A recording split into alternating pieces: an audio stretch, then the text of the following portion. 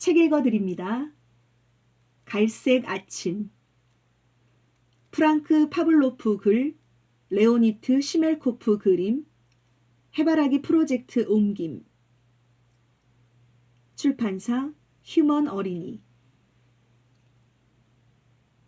어느 화창한 오후, 나는 단짝 친구 샤를리를 만났어요.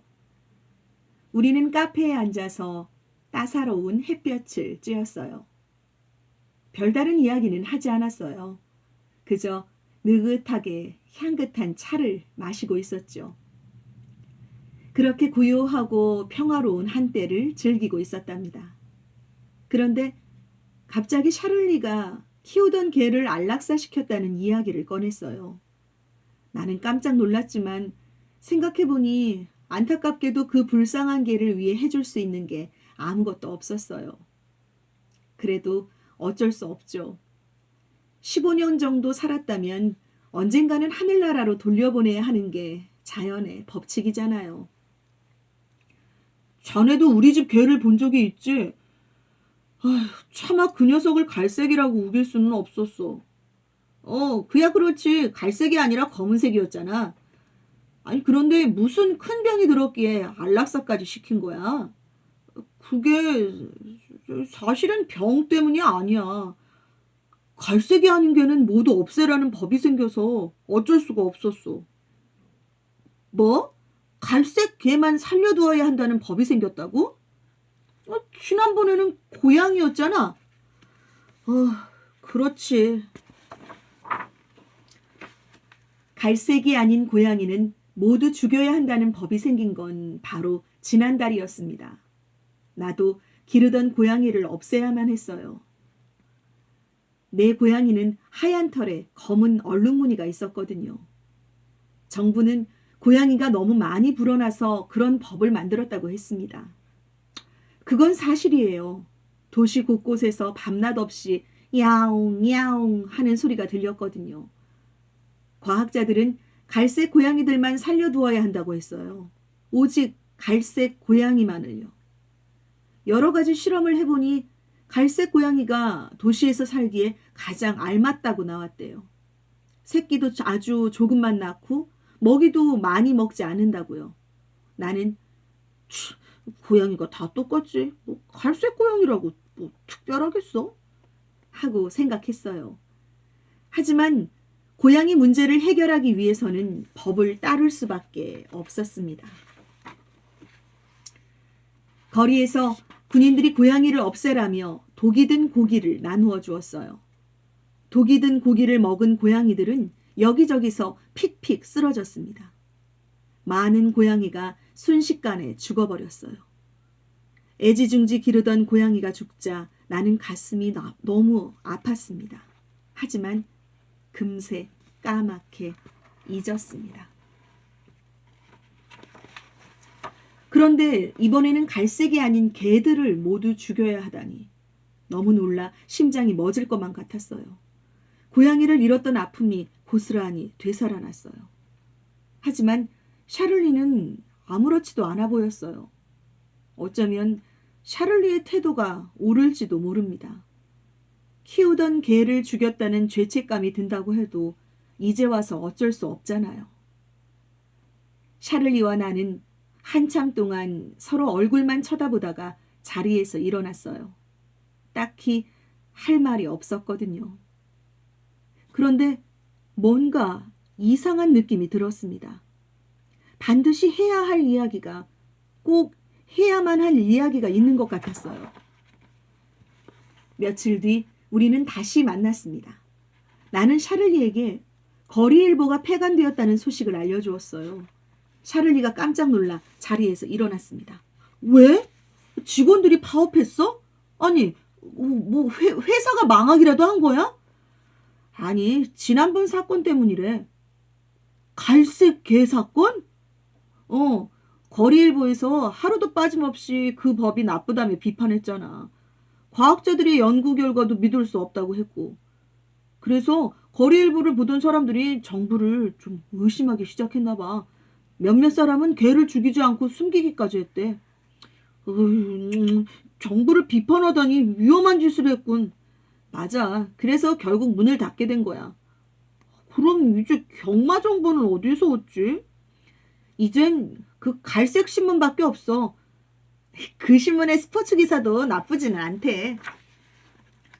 이제 우리 도시에는 정부를 지지하는 갈색 신문밖에 남지 않았습니다. 나머지 신문들은 모두 폐간되었으니까요. 샤를리와 나는 대화를 멈추고 커피만 마셨어요. 이제부터 갈색 신문만 봐야 한다고 생각하자 가슴이 답답해졌어요. 하지만 카페에 있던 다른 사람들은 아무렇지도 않아 보였어요. 왜 나만 불안한 느낌이 드는 걸까요? 내 걱정이 너무 지나친 거겠죠?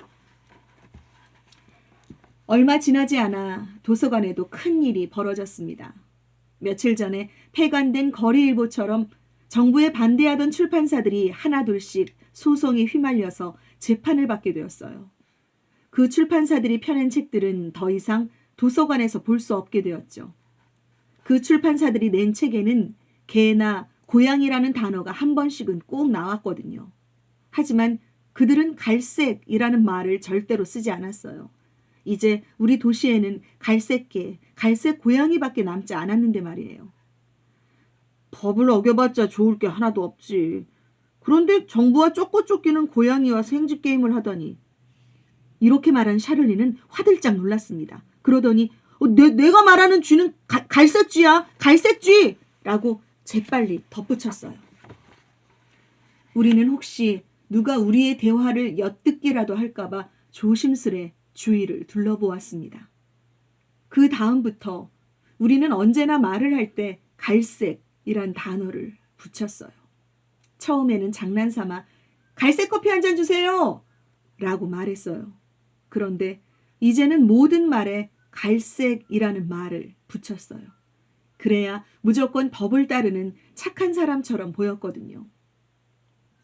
그 덕분에 우리는 폐간된 거리일보나 소송에 휘말린 출판사들과는 다르게 조용히 살아갈 수 있었어요. 며칠 뒤 경마에서 우리가 돈을 건 말이 우승했어요. 기분이 참 좋았어요. 우리가 돈을 건 말은 갈색이었습니다. 갈색은 행운을 가져다주는 좋은 색이라는 생각이 저절로 들었어요. 그래서인지 갈색 법에 대한 걱정도 슬그머니 사라졌습니다. 축구 결승전 경기를 같이 보기로 한 날 샤를리가 새로운 개를 데려왔어요. 그 개는 머리부터 꼬리까지 온통 갈색이었어요. 눈동자까지도요. 어때? 검은색 개보다 부침성도 좋고 말도 잘 알아들어. 손짓 눈짓만 해도 그냥 척척 알아챈다니까. 정말이야. 이거 말썽도 피우지 않아.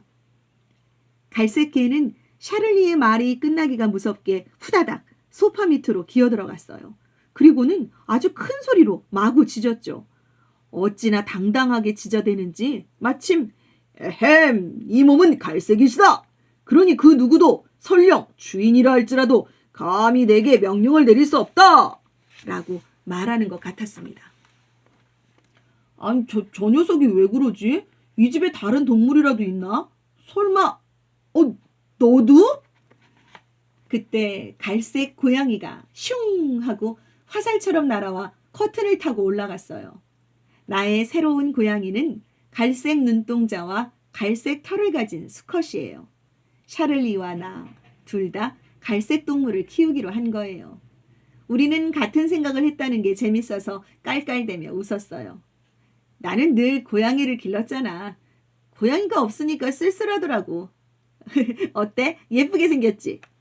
와, 네 고양이도 머리부터 꼬리까지 온통 갈색이네. 완벽해.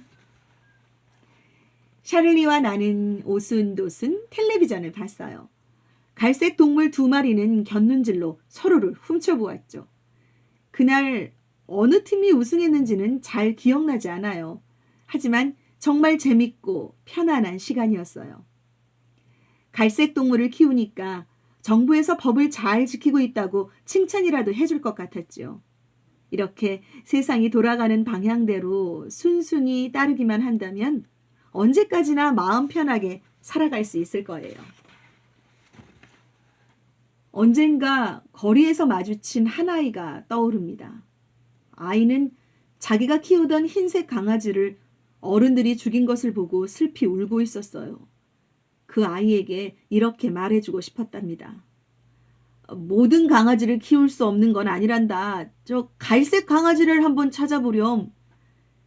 그러면 그 아이도 눈물을 그쳤을 거예요. 갈색 강아지를 키우다 보면 그 아이도 법을 지키고 살아가는 일이 얼마나 마음 편한 일인지 알게 될 거예요. 그러다 보면 옛날 강아지 따위는 금세 잊어버리겠죠. 그런데 어제 도저히 믿을 수 없는 일이 일어났습니다. 갈색 옷을 입은 군인들이 나를 잡으러 온 거예요. 갈색 고양이를 키우고 있으니까 평화롭게 살 수 있으리라 굳게 믿고 있었는데 말이에요. 다행스럽게도 군인들은 우리 동네에 온 지 얼마 되지 않아 누가 누구인지 잘 몰랐어요. 내가 누구인지도 알 수 없었죠. 마침 나는 샤를린의 집에 가고 있던 참이었어요. 샤를린의 아파트에 도착하자마자 내 심장은 철렁 내려앉고 말았습니다. 현관문은 완전히 부서져 있었고 총을 든 군인 2명이 계단에 떡 버티고 서서 몰려든 사람들을 돌려보내고 있었어요. 나는 위층으로 올라가는 척하다가 다시 엘리베이터를 타고 아래층으로 내려갔어요. 사람들이 소곤거리는 소리가 들려왔습니다. 아니 무슨 일이죠? 아유 샤를리가 갈색개를 키우고 있었잖아요. 내가 봤어요. 맞아요. 하지만 예전에 길렀던 개가 검은색이었대요. 아유 그래서 군인들이 잡으러 온 거래요. 세상에 말도 안 돼. 아니 예전에 키우던 개가 검은색이라는 이유로 잡으러 왔다고요? 이제부터는 예전에 키우던 개도 문제 삼겠대요. 아유 큰일이네요. 숨길 수도 없는 일이잖아요. 이웃집에 물어보면 그냥 금세 알 텐데. 나는 빨리 집으로 돌아가고 싶었습니다. 등에서 식은땀이 났어요. 전에 기르던 동물이 갈색이 아닌 것도 죄가 된다면 나 역시 군인들에게 잡혀가겠죠. 내가 예전에 얼룩 고양이를 기른 사실은 우리 아파트 사람 모두가 알고 있으니까요. 예전에 키우던 동물이 갈색이 아닌 것도 죄가 된다니 이런 일이 생길 줄은 정말 꿈에도 몰랐어요. 오늘 아침 갈색 라디오에서 그 소식이 흘러나왔습니다. 500명이나 되는 사람들이 붙잡혀갔대요. 틀림없이 샤를리도 그 안에 있을 거예요. 사람들을 잡아간 이유는 최근에 갈색 동물로 바뀌었어도 마음까지 변한 건 아니기 때문이래요.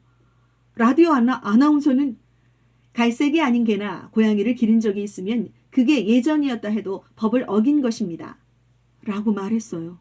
심지어 국가 반역죄를 들먹였어요. 그 다음 내용은 더 끔찍했어요. 설령 법을 어긴 적이 없다고 하더라도 부모, 형제, 친척들 중에서 단 한 명이라도 단 한 번만이라도 갈색이 아닌 다른 색의 동물을 기른 적이 있다면 가족 모두 함께 벌을 받게 된대요. 정말 너무해요. 세상이 점점 이상해지고 있어요. 갈색 고양이를 키우기만 하면 안전할 줄 알았는데. 하지만 저들이 예전에 키우던 동물의 색까지 문제 삼기로 한 이상 나와 같은 사람들을 모두 체포하기 전에는 이 짓을 멈추지 않을 거예요. 밤이 되었습니다. 도무지 잠을 잘 수가 없어요. 우리가 어리석었어요. 그들이 처음 갈색법을 만들었을 때 이렇게 되리라는 것을 눈치챘어야 해요. 우리 모두 아무 말도 못하고 법을 따르기만 했어요. 그때 그들에게 맞서야 했어요. 하지만 어떡해요? 모든 것이 이렇게 빨리 움직이고 있는데. 해야 할 일도 많고 걱정거리도 산더미 같은데. 나만 침묵하고 있는 건 아니잖아요. 다른 사람들도 조용히 살겠다고 그저 보기만 하고 있잖아요. 안 그래요? 누군가 문을 두드립니다. 이렇게 이른 아침에 누굴까요? 무서워요. 아직 해도 다 뜨지 않았는데. 세상이 온통 갈색이에요. 쾅쾅쾅쾅, 쾅쾅쾅쾅. 알았어요. 그만 두드리세요. 나가요. 나간다니까요.